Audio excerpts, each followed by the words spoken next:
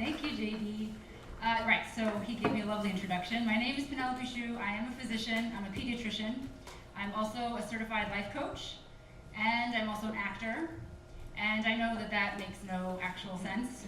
It doesn't make any sense if you buy into the myth that we were all taught about what we were supposed to do when we grow up and what our lives are supposed to look like. And I wanted to tell my story today as an example of what can happen to your mental health, both best case scenario and worst case scenario, when those myths collide entirely with who you actually are. So I've always been an artist and a scientist. I started dance lessons when I was 4. I got to play Carnegie Hall as a musician while I was at a science and math high school here in the city. I choreographed dance routines for our API Heritage Weeks while I was a psych and bio double major pre-med at the University of Pennsylvania.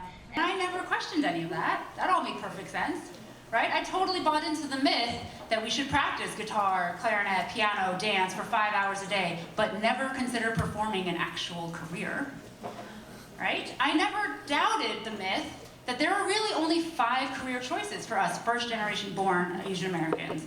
MD, JD, PhD, MBA, or maybe IT.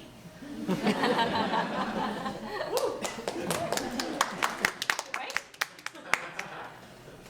I threw that in there just for you. Thank you. And I never questioned the myth that my sole purpose in life, the only thing I was tasked to do, was to honor my parents' sacrifice and become successful and stable.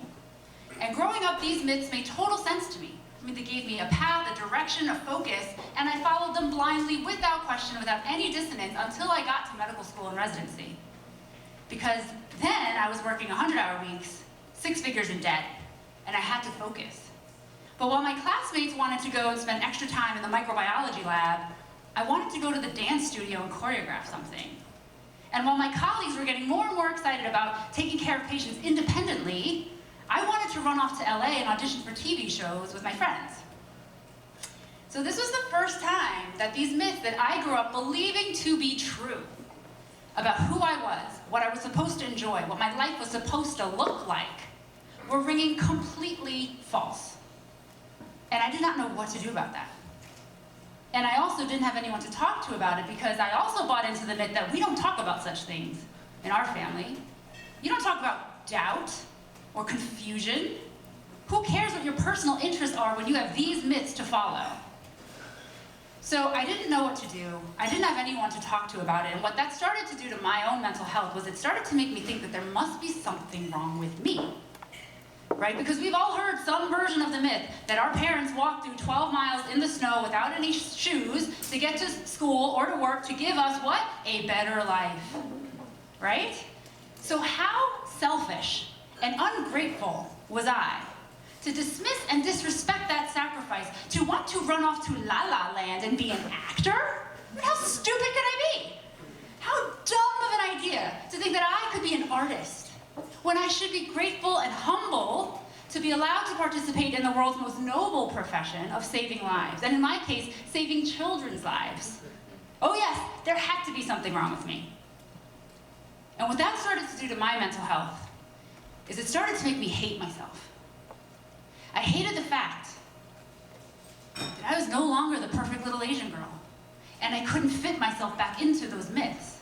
But I also hated the fact that I lacked the courage to leave medicine to pursue what I kept saying were my dreams, so I was a complete coward and a fraud.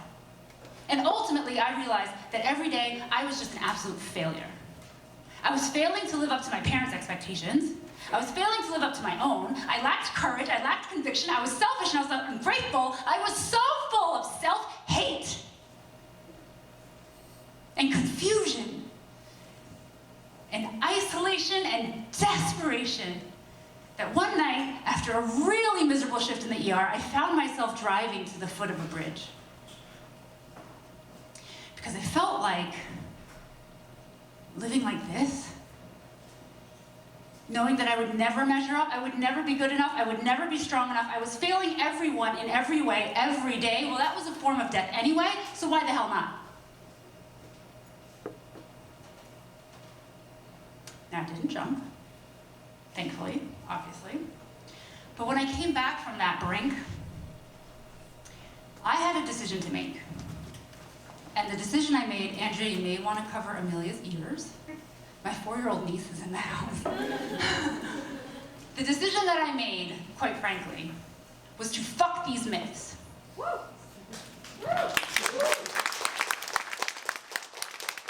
I was raised to be too damn smart to not be able to figure this shit out.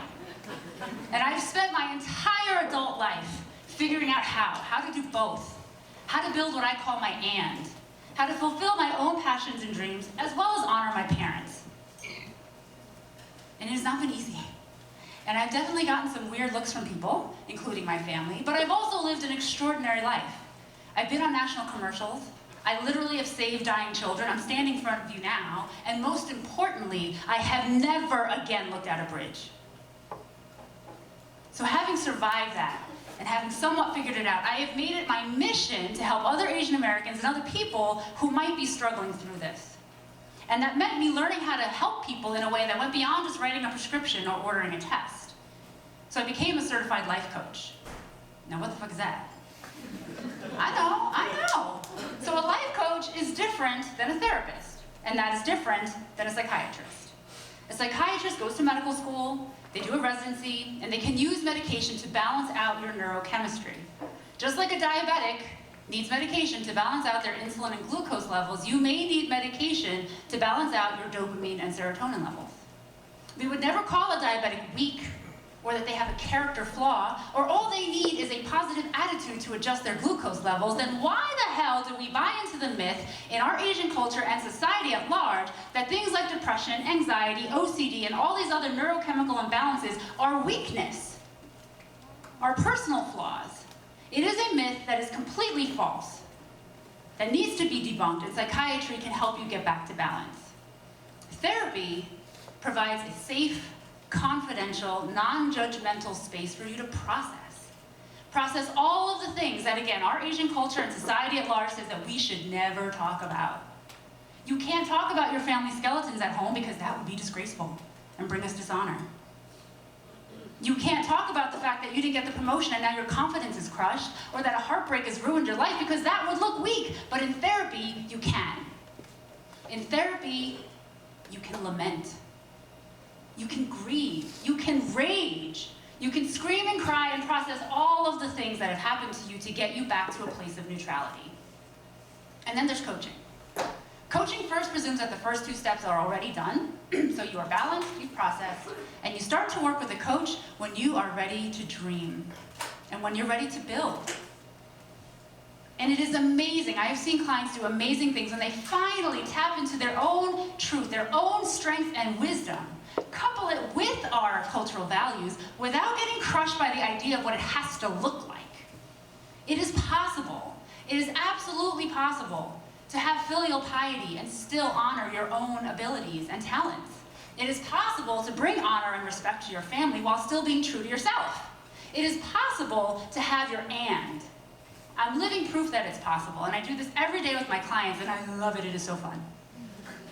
Because I firmly believe that building and creating an and, destroying the myths of what we can and cannot talk about, what mental health should and shouldn't look like, what our lives should and shouldn't look like. If we can crush all of that and create who we really are and what we are meant to do, I do think we can achieve mental health as Asian Americans. Thanks.